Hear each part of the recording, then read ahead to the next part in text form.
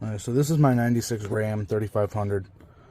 Went put fuel in it yesterday, and I guess the starter either rattled loose from the adapter plate for the transmission, or the adapter plate cracked. So I figured do a little video to showing how I started it with a baseball bat. So right now, if I put the key in, turn the key, I get this.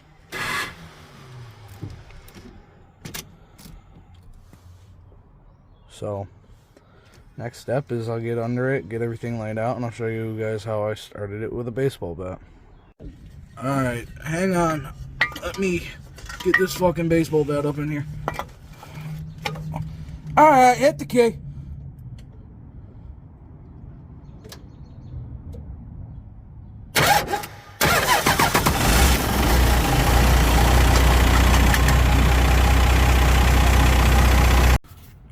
Alright, we're back under the Dodge. I did find a temporary bolt.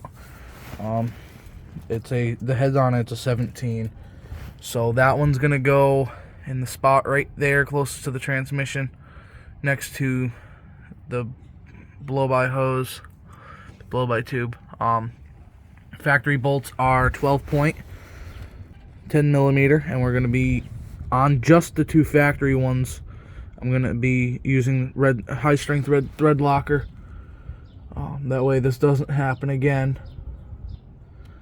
There's two possible scenarios when something like this happens. It's either one, you crack the adapter plate, or two, the bolts just came loose. I would suggest everybody that has a second-gen Ram with a Cummins engine in it, get up under your truck, check your starter bolts. If they're loose, even a little bit, red thread locker, so you don't have this happen and almost get stranded. But I'm going to start getting everything situated and together, and I will pick this back up once I'm ready to start. Alright, so I quickly got the new bolt in off camera, as you can see it in there. We're gonna finish pulling this factory one out, and this one's gonna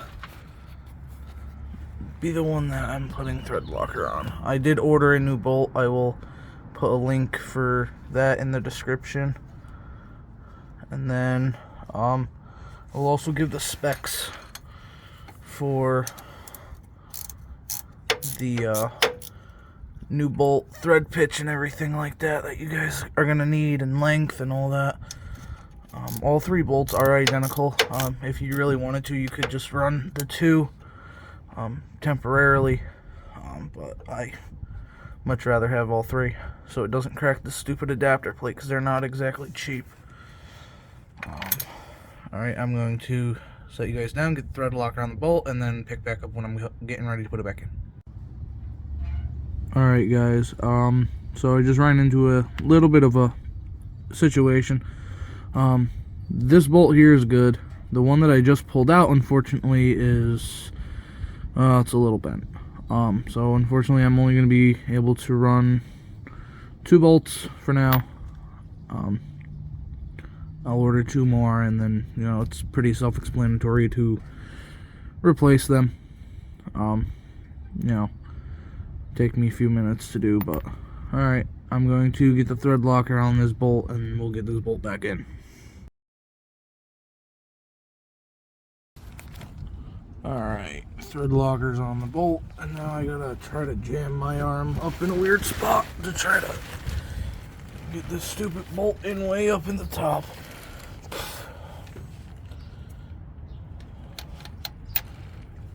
Okay, so this bolt is way up in. We're gonna see what we can do about getting this together.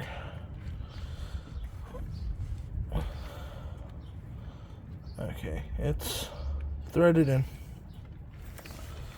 Grab a wrench. Sorry for the very bad video. I am new to all of this. So forgive me. I will get better over time as I do more of this.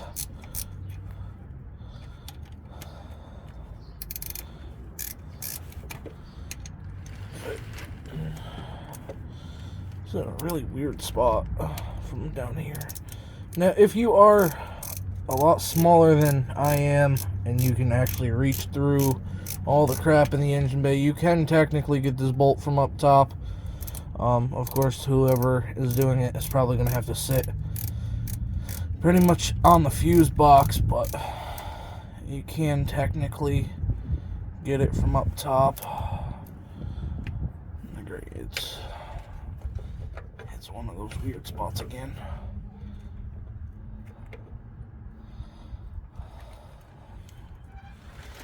I'm going to be doing a killer dowel pin kit on this, and the injectors need to be done soon. The injector seals are all bad.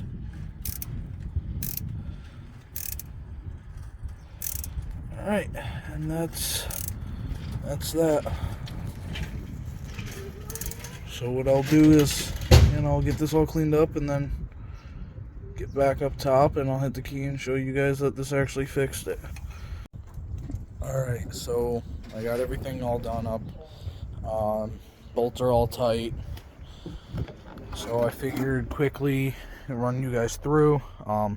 That is the size of the bolt you guys need for a temporary replacement. Make sure it's a grade 8 bolt. Go to your local small hardware store and see what they have.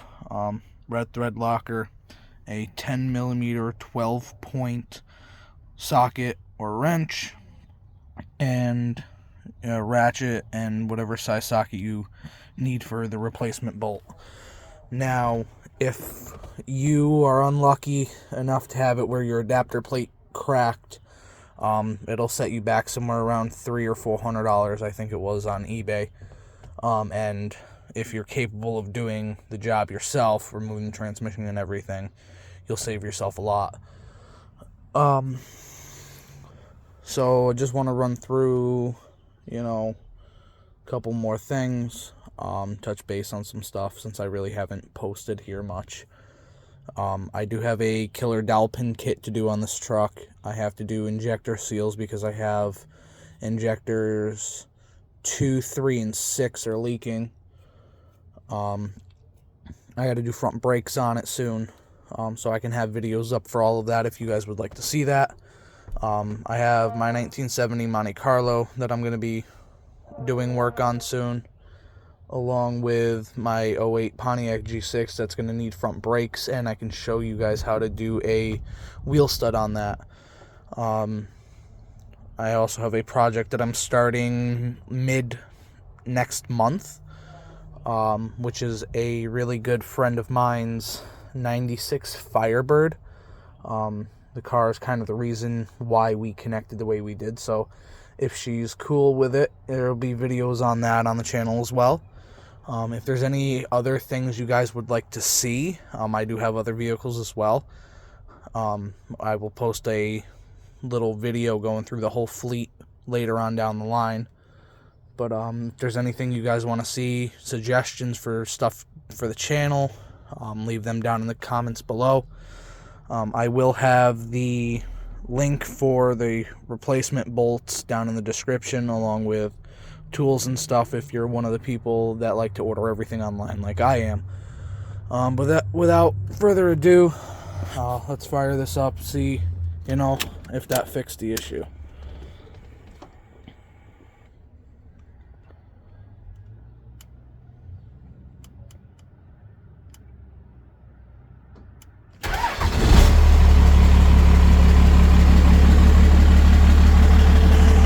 Alright, well, there you guys go.